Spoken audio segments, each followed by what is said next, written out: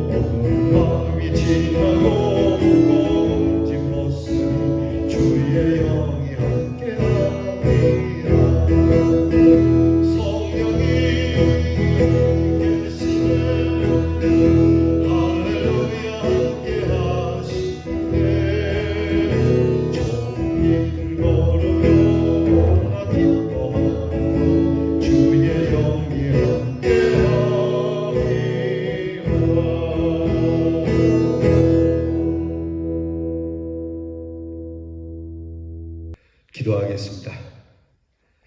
우리에게 기쁨과 평강을 주시는 하나님께 감사와 찬송과 영광을 올려드립니다.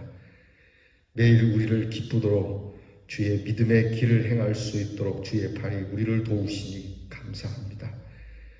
우리가 주 앞에 이처럼 큰 복을 받는 비결이 있다면 우리의 공로가 아니요 오직 주의 십자가의 공로이니 주님 발 앞에 엎드려 이 아침에도 하나님이 주시는 참된 평안을 얻어 일어서게 하여 주시옵소서. 우리와 동행하시는 하나님, 모든 염려를 아시는 하나님, 주께서 우리의 모든 것을 아시니 우리는 그저 숲에 노래하는 새와 같이 기쁘게 찬미하게 하시고 기쁜 마음으로 주님의 뜻을 행하여 주의 성령이 인도하시는 대로 주의 귀한 성령의 열매를 맺어가는 우리 대연의 성도가 되게 하옵소서. 세상 모든 정욕과 우리의 모든 욕심을 이미 십자가에 못을 박아 이미 우리가 이 세상 좋아하던 것을 분토만도 못하게 여기오니 어둠 밤이 지나고 이 새 아침을 맞는 이 활기찬 아침처럼 우리의 무거운 짐 주께 맡기고 우리로 기쁘고 경쾌한 삶을 살게 하옵소서. 오늘도 우리 사랑하는 성도들에게 성령을 부어주시옵소서. 충만하게 부어주시옵소서. 성령의 역사하심이 있게 하옵소서.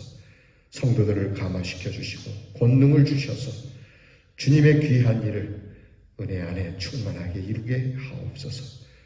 힘이 없고 연약한 우리의 성도들을 위로하여 주시옵시고 우리의 성도들에게 응답을 주셔서 사랑하는 성도들의 마음이 기쁨과 즐거움으로 변화되게 하옵소서.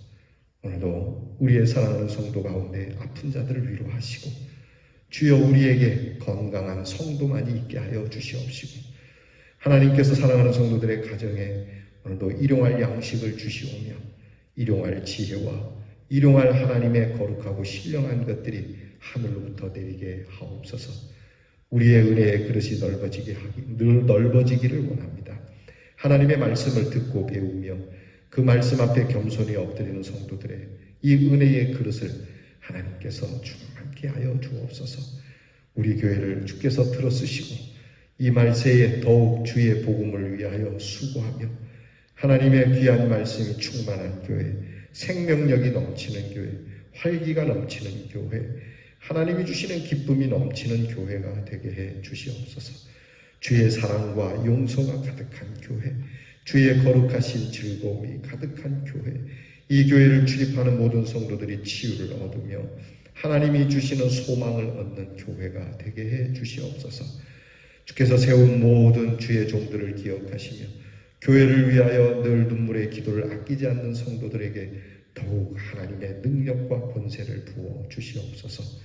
우리의 자녀들을 위하여 기도합니다. 우리의 자녀들이 죄에 빠지지 않기를 기도합니다. 주께서 건져주시기를 기도합니다. 우리 자녀들의 염려를 주께서 맡아주시기를 기도합니다. 우리의 자녀들이 기쁨으로 이 믿음의 길, 이 귀한 복음의 길을 걷게 하여 주시옵시고 우리의 자녀들이 하늘의 큰 복을 받는 자녀들이 되게 하옵소서. 오늘도 입시를 두고 또 직장을 두고 공부하는 자녀들에게 하나님이 지혜와 총명을 주시고 그 길을 열어주시며 나라의 일로 부름받아 수고하는 자녀들에게 그 시간이 헛되지 않도록 은혜를 주시고 안전하게 하시며 멀리 해외와 객지에 가족을 떨어져서 살아가는 우리 귀한 자녀들에게 하나님께서 잠자리와 그리고 밥상과 그들이 행하는 일을 복되게 하옵소서. 두루두루 주께서 하나하나 세세하게 보살피리라 믿습니다. 오늘도 천군 천사가 우리 성도들과 함께 하시고 내일 거룩한 주일임에 주일을 하나님 앞에 예배를 기억하며 살아가는 한 날이 되게 하옵소서. 예수님 이름으로 기도합니다. 아멘. 오늘 우리가 함께 나눌 묵상 말씀 역대상 15장 16절로 15장 끝절인 29절까지 봉독하겠습니다. 역대상 15장 16절로 29절 말씀 저와 함께 같이 봉독하겠습니다. 다윗이 레위 사람의 어른들에게 명령하여 그의 형제들을 노래하는 자들로 세우고 비파와 수금과 재금 등의 악기를 울려서 즐거운 소리를 크게 내라 하며 레위 사람이 요엘의 아들 헤만과 그의 형제 중 베레야의 아들 아삿과 그의 형제 무라리의 자손 중에 구사야의 아들 에단을 세우고 그 다음으로 그들의 형제 스가랴와 벤과 야시엘과 스미라목과 여히엘과 웅니와 엘리압과 부나야와 마아세야와 마띠디야와 엘리블레후와 믹네야와 문지기 오벳 에돔과 여히엘을 세우니 노래하는 자 헤만과 아삽과 에단은 놋 재금을 크게 치는 자요 스가랴와 야시엘과 스미라목과 여히엘과 웅니와 엘리압과 마아세야와 부나야는 비파를 타서 알라못에 맞추는 자요 마띠디야와 엘리블레후와 믹네야와 오베데돔과 여히엘과 아사시야는 수금을 타서 8째 음에 맞추어 인도하는 자요 레위 사람의 지도자 그나냐는 노래에 익숙함으로 노래를 인도하는 자요 베레갸와 엘가나는 궤 앞에서 문을 지키는 자요 제사장 스바냐와 요사밧과 느다넬과 아미세와 스가랴와 부나야와 엘리에셀은 하나님의 궤 앞에서 나팔을 부는 자요 오베데돔과 여기야는 궤 앞에서 문을 지키는 자이더라. 이에 다윗이 이스라엘 장로들과 천부장들이 가서 여호와의 언약궤를 즐거이 메고 오벳에돔의 집에서 올라왔는데 하나님이 여호와의 언약궤를 맨 레위 사람을 도우셨으므로 무리가 숫송아지 7마리와 순양 7마리로 제사를 드렸더라. 다윗과 및 궤를 맨 레위 사람과 노래하는 자와 그의 우두머리 그나냐와 모든 노래하는 자도 다 세마포 겉옷을 입었으며 다윗은 또 배 에봇을 입었고 이스라엘 무리는 크게 부르며 뿔나팔과 나팔을 불며 재금을 치며 비파와 수금을 힘있게 타며 여호와의 언약궤를 메어 올렸더라. 여호와의 언약궤가 다윗성으로 들어올 때에 사울의 딸 미갈이 창으로 내다보다가 다윗 왕이 춤추며 뛰노는 것을 보고 그 마음에 업신 여겼더라. 아멘. 자, 오늘 말씀은 정말 읽는 그대로 장관입니다. 하나님의 언약궤가 수도 예루살렘 성으로 그리고 다윗 왕궁으로 다윗이 마련한 하나님의 궤가 머물러야 할 장소로 옮겨지는 행사인데 오늘 보니까 정말 엄청난 볼 때 정말 웅장한 그러한 모습이 읽으면서도 느껴질 수가 있습니다. 레위 사람들에게 이 언약궤를 매게 하고 이 언약궤가 움직이는데 앞에서 나팔을 불고 그리고 뒤따르는 관현악 이 악단이 있고 또 따라가면서 찬송을 부르고 그리고 다윗이 춤추면서 왕이 춤추니까 사람들도 춤추지 않았겠습니까? 여러분 우리가 왜 각 시마다 그 시에 해당하는 큰 행사를 할 때 이런 악장대가 악대가 앞에 가고 그 뒤에 그것을 상징하는 그 상징물이 뒤따라가고 사람들이 뒤에서 쭉 행렬히 따라오면서 기뻐하는 모습 그 모습이 오늘 성경에 나타나고 있습니다. 오늘 말씀을 통해서 우리가 좀 묵상해야 할 것은 신앙생활은 신앙의 대상과 그 대상에 대한 예배 그리고 신앙의 대상이 주는 가르침이 조화를 이루어야 한다는 겁니다. 즉 하나님과 예배 그리고 말씀이 조화를 이루어야 하는 것이죠. 다윗이 이 법궤를 운반할 때 이러한 조화가 완전하게 이루어졌다고 볼 수 있는 상황입니다. 이것은 무엇보다도 말씀하신 대로 준비한 것에서 시작되는 거죠. 어저께 우리가 묵상한 것처럼 하나님이 말씀하신 대로 모세에게 명하신 대로 이것을 우리는 하나님께 돌아서는 회개라고 말할 수 있습니다. 다윗은 처음에 실패 속에서 원망하거나 핑계하지 않고 오히려 하나님의 말씀으로 자신을 돌아서게 하고 모든 준비를 갖춰서 이 법궤를 옮기죠. 하나님, 정말 불만입니다. 내가 하나님을 위해서 하는데 이런 일이 있도록 하십니까? 라고 또는 변명을 삼지 않고 그냥 다윗은 깨끗하게 스스로를 회개해서 하나님 앞에서 이 일을 재차 행하는 모습이죠. 자, 이러한 준비는 인간이 완전해서가 아니라 정말 자기의 의, 자기의 힘, 자기를 부인하고 하나님을 의지하는 신앙의 근본적이고 겸손한 모습인 겁니다. 즉 중심으로 하나님을 섬기는 모습, 체면이나 격식을 내려놓고 하나님의 말씀을 따라 섬기는 모습입니다. 그래서 그 회개하는 마음으로 다윗은 에봇을 입는데 배로 된 에봇을 입습니다. 배는 죽음을 상징하는 옷이죠. 회개를 상징하는 옷입니다. 슬픔을 상징하는 옷입니다. 하나님 앞에 회개의 눈물을 보이는 그러한 다윗의 모습이 나타나고 있죠. 정말 정성스럽게 축제이면서도 매우 정갈하고 경건하면서도 정말 축제가 충만한 그러한 즐거움이 나타나는 상황입니다. 그러나 이 과정에 대해서 성경은 하나님께서 언약궤를 맨 레위인을 도우셨다라고 하는 말씀이 나타나죠. 이 모든 것이 하나님이 도우셨기에 가능했다라고 이 역대기 저자는 우리에게 가르쳐주고 있습니다. 이에 비해서 다윗이 첫 번째 이 언약궤를 운반하려고 했던 이 시도에 대해서 자신의 힘을 보여주려고 했던 것으로 우리는 볼 수 있죠. 그가 왕이기 때문에 왕으로서의 모습을 보여주고 싶었던 그런 속물 근성이라고 해야 되나요? 그게 뭐 잘못이겠습니까? 그런데 하나님은 이런 것을 간과하지 않는다는 것이죠. 오늘 우리가 성경을 보게 되면 우리 예배에서도 참 이런 모습을 한번 꿈꿔봅니다. 우리가 다음 우리 교회 이 생일에 우리 교회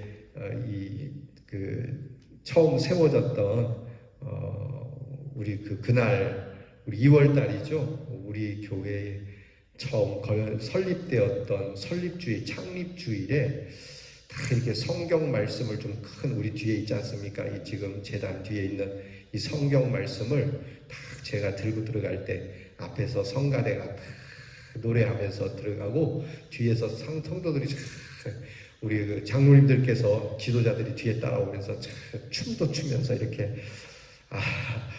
제가 너무 나갔나요? 괜찮지 싶습니다. 우리가 짧지만 레드 카펫이 있으니까 레드 카펫을 자꾸 하면서 성도들은 다 일어나서 박수로서 환호하고 말씀이 먼저 들어오고 이 말씀이 들어오면서 환호하는 이런 모습을 한번 재현해보고 싶은 마음도 있습니다. 사랑하는 성도 여러분, 오늘 우리가 명심해야 할 것은 우리는 언제나 하나님의 은혜를 구하면서 살아야지 행여나 혹여나 내가 무엇을 해서 하나님의 일을 성취해야 되겠다는 생각은 내려놔야 합니다. 요즘 우리 교회가 재개발을 맞춰서 좀 우리 교회도 뭘 하기를 바라는데 저는 늘 기도할 때마다 이 말씀을 대하면서 깨달은 게 내가 하나님을 위해서 뭘 해야지 라고 하는 이 욕심을 내려놔야 되겠다는 것이죠. 내가 하나님 이 복음을 위해서 교회도 세우고 리모델링도 멋지게 하고 교회를 위해서 이렇게 하고 저렇게 하고 이런 것보다는 그냥 하나님께서 주시는 은혜대로 그냥 감사할 수는 없을까? 이렇게 커지고 넓어지고 많은 사역을 하면 좋겠고 또 사람들이 이걸 보면 귀감을 사면 좋겠지만 그것보다도 그냥 하나님이 그렇게 하시지 않아도 우리에게 주시는 그 은혜 그대로 먼저 충만하게 춤을 출 수는 없을까 하는 것이죠. 여러분, 우리가 하나님을 위해서 뭘 해야 되겠다 하는 순간 우리에게는 자기 의가 이게 도사리고 있다가 움츠리고 있다가 확 드러나는 이러한 순간이 될 수 있습니다. 그래서 하나님 앞에 우리가 무엇을 하기 위하여 구하더라도 먼저 하나님이 주시는 은혜대로 하나님이 내게 하나를 주시든 열을 주시든 아니 주시든 그저 그것을 내가 은혜로 받을 수 있는 그러한 우리의 신앙이 되어야 한다는 것을 잊지 말아야 할 겁니다. 한편 또 오늘 이렇게 축제인 분위기에 이 축제를 즐기지 못하는 사람이 있죠. 그것은 바로 다윗의 부인입니다. 이 같은 집안 식구인데 누구보다도 기뻐해 줘야 되고 누구보다도 동의하고 박수하고 어쩌면 다윗과 함께 춤추는 자리에 있어야 할 이 미갈, 사울 왕의 원래는 딸이죠. 자, 다윗이 이렇게 하나님의 언약궤가 들어올 때 너무너무 기뻐서 춤을 추는데 이것을 보고 있다가 오늘 성경에 그런 다윗을 업신여겼다 이렇게 표현되어 있습니다. 왜 이 은혜의 자리에서 이 은혜를 함께 누리지 못할까? 오늘 이 상황은 예수님의 말씀의 탕자의 비유에서도 나타나죠. 예수님의 말씀에 그 탕자가 집에 돌아왔을 때 아버지와 온 사람들이 기뻐하는데 유독 한 사람이 기뻐하지 못하고 있죠. 누굽니까? 형이죠. 이 형만큼은 돌아온 동생이 못마땅한 겁니다. 여러분, 우리에게도 이런 일이 있을 수 있어요. 가끔 예배 자리에서 은혜를 참 받는 분이 있는가 하면 왜 똑같은 설교, 똑같은 예배인데 누구는 은혜 받는데 왜 누구는 은혜를 받지 못할까? 다 은혜를 받을 수는 없겠다만 그러나 한번 우리 스스로 생각해 보죠. 오늘 성경 말씀이나 주님의 말씀에 의거해서 왜 그 사람은 은혜를 받는데 나는 은혜를 받지 못할까? 이렇게 생각을 해야지 그냥 은혜 못 받을 수도 있지. 은혜 못 받는 사람도 생각해야지. 이렇게 얘기할 건 아닌 것 같아요. 예수님의 말씀은 지엄하십니다. 예수님의 말씀은 그렇게 우리 생각처럼 말하지 않습니다. 주님의 말씀은 이렇게 은혜 받는 자리에 은혜 받지 못하는 유감스러운 일이 했다는 것이죠. 미갈의 이 모습은 결국 미갈을 불행하게 만들게 됩니다. 그녀의 눈앞에 일어나는 하나님의 일을 그녀는 구경한 것이죠. 동참한 게 아니었다는 거죠. 그래서 여러분, 우리가 예배는 구경하는 게 아닙니다. 그래서 옛날에 예배 보러 갑시다. 예배 보러 갑시다. 물론 이제 그런 뜻은 아니지만 이 단어를 좀 바꾸자. 예배 드리러 갑시다. 이렇게 예배에 참여하러 갑시다. 이렇게 좀 바꾸자라고 그렇게 말을 바꾸었습니다. 예배 보러 가는 것, 구경하러 가는 것. 미갈과 같은 것이죠. 여러분, 하나님 앞에 드리는 이 예배, 하나님의 일을 구경 삼아 하시겠습니까? 아니면 내가 이 예배의 참여자입니까? 결국 구경하는 자는 구경꾼으로 끝납니다. 은혜를 받지 못한 사람은 은혜 받지 못한 대로 피폐해지게 되고 메마르게 되고 죽게 될 겁니다. 우리는 다윗처럼 말씀을 따라 은혜의 한복판에서 기뻐 뛰며 춤을 추는 생동감 있는 신앙생활을 해야 되겠습니다. 미갈처럼 관망하고 비판하고 결국 은혜에 이르지 못하는 어리석음을 우리는 버립시다. 바로 지금 이 순간이 내 은혜의 최고의 순간이 되도록. 여러분, 예배 드릴 때 참 찬송이 와닿거나 그러면 정말 이 찬송은 당연히 그래야 되는 거라면 다른 사람 인식하지 않고 박수도 치고 춤도 출 수 있는 그런 심령이 되면 얼마나 좋을까. 우리는 자꾸 옆 사람을 의식하죠. 저 사람 박수 안 치는데. 그게 좀 제가 어색한 게, 목사가 박수 치자 그러면, 앞에 있는 지휘자가 박수 치자 그러면 좀 박수를 쳤으면 좋겠는데 안 치시는 분이 계세요. 누구를 의식하는 겁니까? 잘 안 돼서 그런 거죠. 잘 안 돼서 그러는 거지만 쳐봅시다. 하나님 앞에서 이 다윗처럼 은혜의 자리 한복판에서 기뻐 뛰는 이 심령이 될 수는 없을까? 늘 그걸 볼 때마다 안타까운 거죠. 여러분, 우리가 다윗의 심령이 될 것이냐, 미갈의 심령이 될 것이냐, 오늘 이 말씀을 통해서 여러분들이 좌우당간에 선택하셔서 여러분의 선택이 하나님 앞에서 은혜를 받는 선택이 될 수 있기를 축복합니다. 기도하겠습니다. 하나님, 이처럼 은혜의 사건 속에 미갈처럼 관망하고 비판하고 은혜 받는 일을 비하하고 업신여기는 불행한 자가 아니라 그저 하나님과 나 1대1의 관계 속에 십자가와 나 부활과 나 이 은혜의 관계 속에 그 은혜의 한복판에서 기뻐 뛰며 춤을 추는 다윗과 같은 신앙생활을 하는 우리 대연의 성도들이 되게 하셔서 우리 성도들이 하나님으로부터 오는 큰 은혜와 사랑과 축복을 날마다 받을 수 있도록 우리 하나님께서 역사해 주시옵소서.